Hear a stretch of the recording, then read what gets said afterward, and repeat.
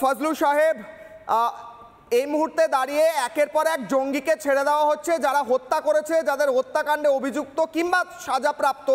এক্ষুনি আরও একজনকে ছাড়া হলো গতকাল রাতে, এক্ষুনি আমরা ব্রেক করলাম।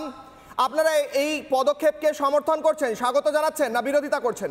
ইউনূসের এই পদক্ষেপের কি করছেন আপনারা, সমর্থন করছেন না বিরোধিতা করছেন? কাদেরকে ছেড়েছে বা ছাড়েনি এখন পর্যন্ত আমি জানতে পারিনি। না, এর আগে যে একাধিক জঙ্গিদের অভিযুক্তকে ছাড়া হয়েছে স্যার, আপনি তো শুনেছেন নিশ্চয়ই। না, আমি শুনিনি।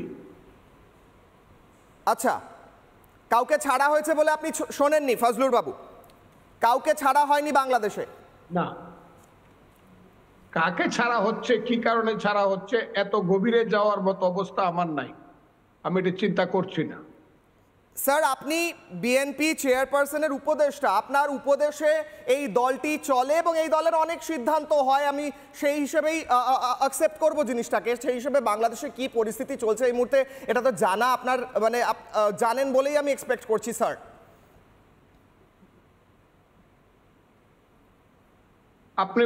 আপনি যদি নির্দিষ্ট প্রশ্ন করেন সেই প্রশ্নের উত্তর আমি দিতে পারি। হ্যাঁ, নির্দিষ্ট প্রশ্ন স্যার।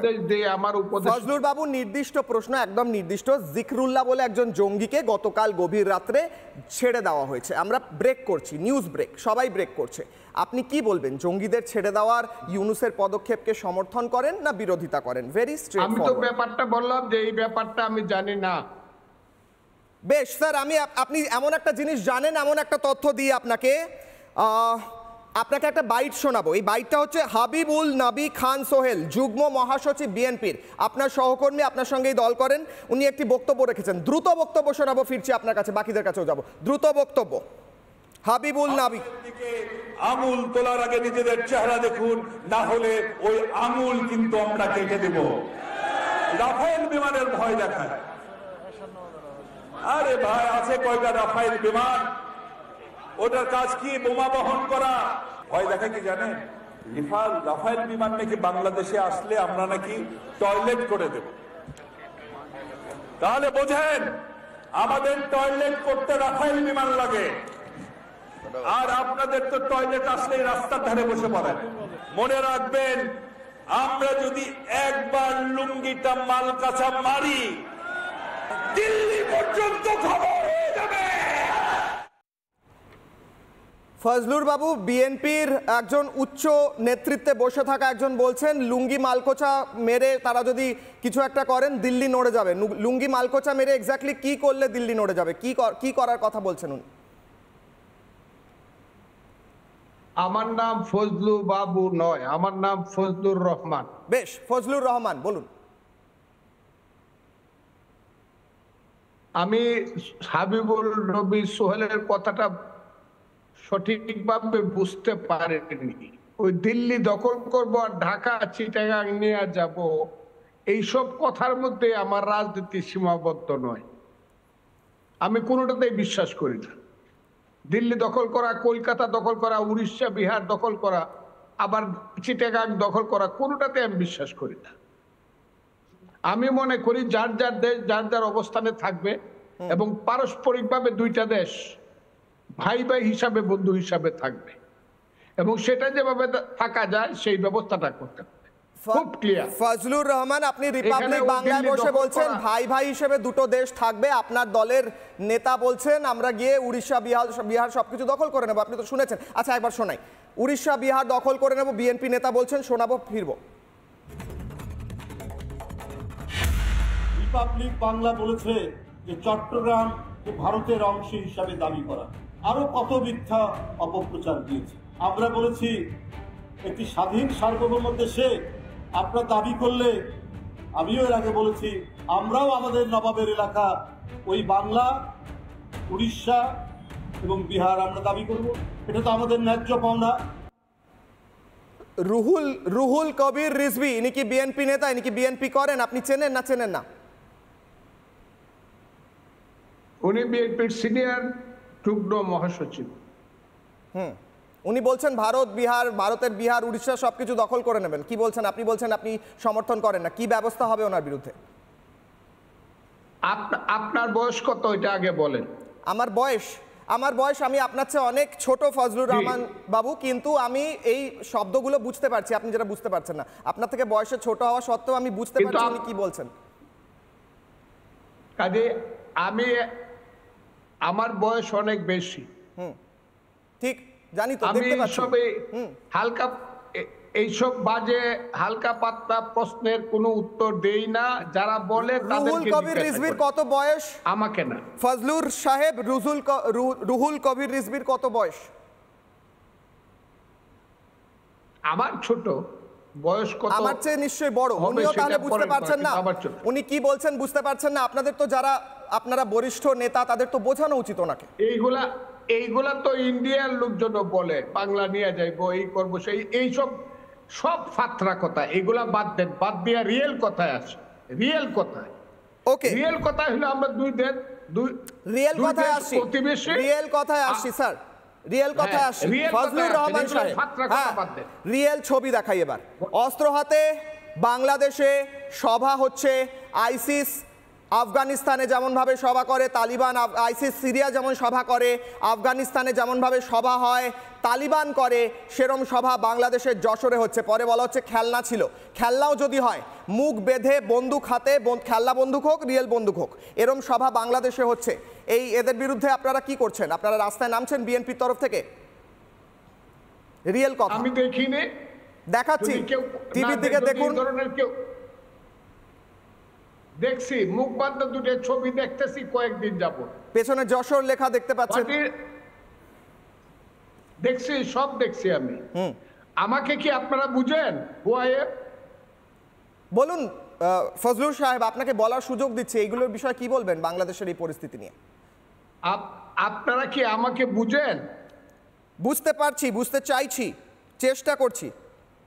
বুঝতে হইলে আমাকে বুঝতে হইলে আপনারা যাদের কথা বলতেছেন, যার চ্যানেল, যাদের চ্যানেল, ওই সব মিলে টিলে বুঝবার চেষ্টা করেন যে ফজলুর রহমান ভিন্ন মানুষ, ওইটা বুঝার চেষ্টা করেন। আমার বক্তব্যগুলো আপনারা শুনবেন, দয়া করে পাঠিয়ে দিব, তারপরে একদিন আপনারা আমাকে প্রশ্ন করবেন আমি কোথায় কি বক্তৃতা করি। ফজলুর রহমান সাহেব, সিম্পল কোশ্চেন, আপনি বিএনপি করেন, আপনার একজন বিএনপি সহকর্মী বলছেন ভারত দখল করবেন, আপনার একজন বিএনপির আরেকজন সহকর্মী বলছেন লুঙ্গি তুলে দিল্লি হিলিয়ে দেবেন বলছেন, তো শোনালাম তো। আপনি তাকে জিজ্ঞাসা করেন, তাকে যে বলছে তাকে, আমাকে না। আপনি বিএনপির একজন এই মুহূর্তের রিপ্রেজেন্টেটিভ হয়ে আপনার বিএনপির বাকি সহকর্মীদের কথা আপনি রিপ্রেজেন্ট করেন না। আপনি বিএনপি করেন কিন্তু বাকিদের কথায় সমর্থন করেন না। শেষ প্রশ্ন, সমর্থন না, আপনি তাদেরকে জিজ্ঞাসা করেন। শেষ প্রশ্ন একটা, ফজলুর রহমান সাহেব, এক মিনিট একটা বাইট শোনাবো আপনাকে। ইসকনিদের জবাই করার কথা হচ্ছে, বাইট শোনাবো, আসছি আপনাকে। শেষ প্রশ্ন করব, শুনুন কি বলছে বাংলাদেশে।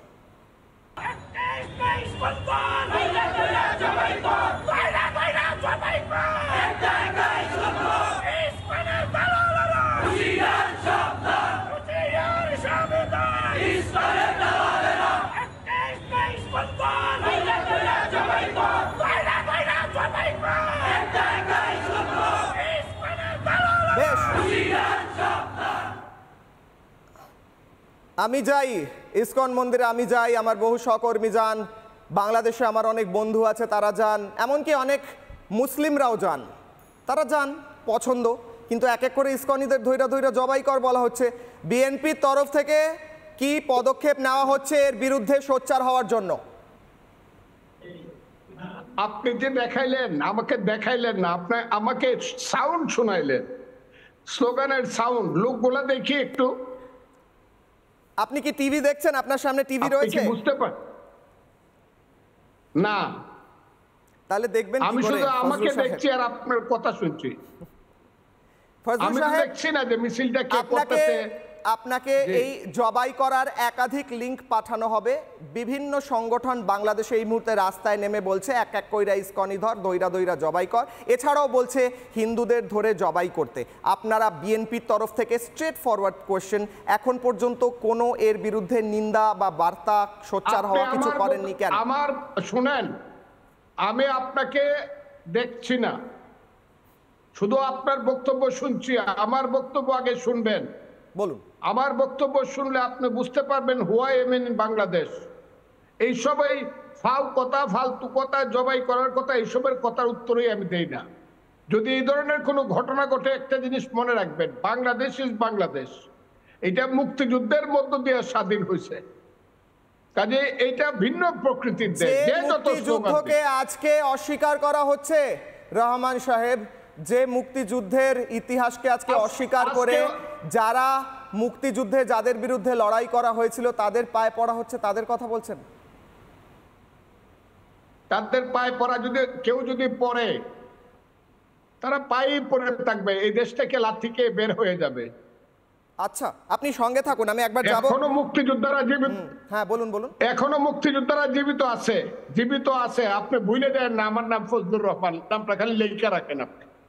বেশ, ফজলুর রহমান সাহেব, আমি একবার নাজমা কৌসার ম্যাডামের কাছে যাবো। নাজমা কৌসার, ফজলুর রহমান বলছেন, এক মিনিট সঙ্গে থাকুন, আমি আবার আপনার কাছে আসছি, আমি আপনাকে।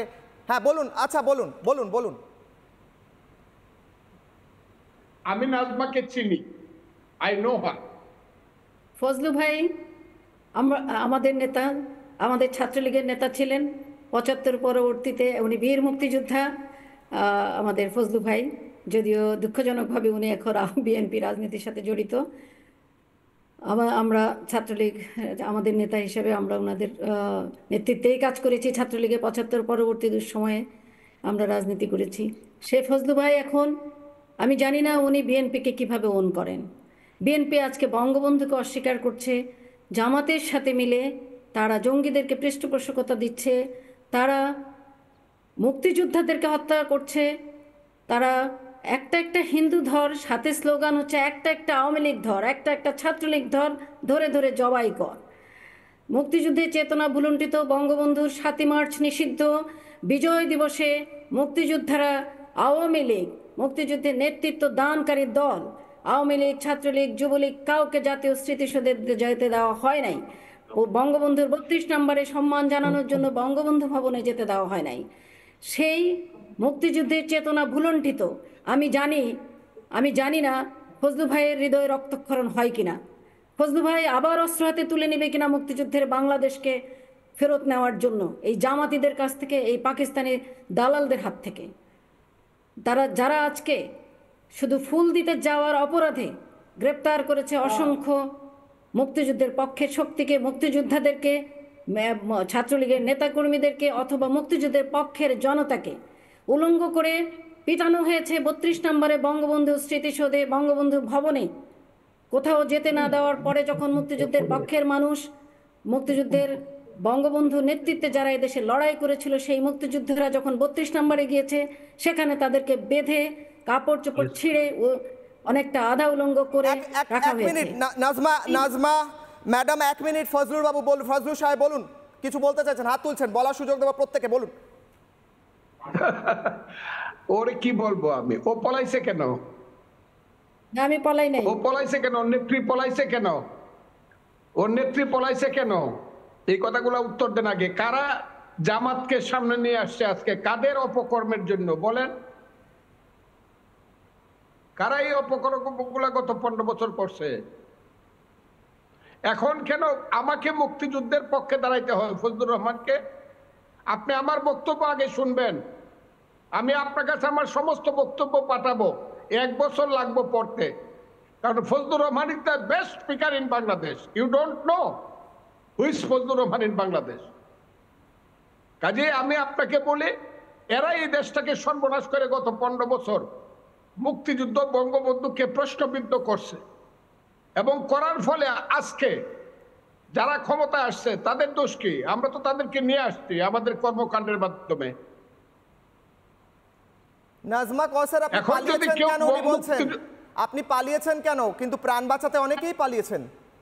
আমি পালাই নেই, আমি জুন মাসে দেশের বাইরে ছিলাম, জুলাই মাসে আমি দেশের বাইরে ছিলাম। দেশের বাইরে কথা কোন কেন? তাইলে এখন আসেন না কেন? আপনি আমার নিরাপত্তা নিশ্চিত করুন। আমি আসবো, আমি আগামীকাল আসবো। আপনি যদি আমার নিরাপত্তা দিতে পারেন ফজলু ভাই, আমি অবশ্যই আগামীকাল বাংলাদেশে আসবো। আসেন আপনি। এবং ফজলু ভাইকে আমরা জানি, আপনাকে আমরা শ্রদ্ধা করি, ভালোবাসি। আপনার মুক্তিযুদ্ধের ভূমিকার জন্য আপনাকে রেসপেক্ট করি, কিন্তু আজকের বাংলাদেশে আপনি যে দলকে অন করছেন সেই মুক্তিযুদ্ধকে অন করে। ম্যাডাম শুনেন, একটু বলে নিন। আমার এখনকার বক্তব্য আপনি শুনবেন, আপনি শুনেন আমার বক্তৃতা এখন, তারপরে আপনার বক্তব্য তারপরে কথা বলবেন। আপনার জাতীয়তাবাদী দল অন করে না, সুতরাং আপনি একটা একা বক্তব্য দিলে আপনি একটা আলাদা দল গড়ুন, আপনি মুক্তিযুদ্ধের কথা বলুন। আপনি সেখানে দাঁড়িয়ে যারা মুক্তিযুদ্ধকে প্রতি মুহূর্তে অবমাননা করছে তাদের সাথে দাঁড়িয়ে আপনি ভিন্ন মত পোষণ করলে তো কাজ হবে না ফজলু ভাই। আপনি নাজমা কওসার একটা আজকে প্রশ্ন করলেন অত্যন্ত গুরুত্বপূর্ণ, উনি ফিরলে কি নিরাপত্তা দেওয়া হবে? ফজলুর রহমান সাহেব, নিরাপত্তা হবে কি ফজলুর রহমান? এদেরকে জামাতি দালালদেরকে কারা লালন পালন করেছে তাদের পোস্টারের আড়ালে, তাদের জোটের আড়ালে।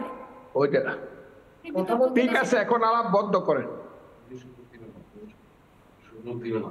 শুনেন, উনারা যখন ক্ষমতায় ছিল আমাদেরকে কে নিরাপত্তা দিছে?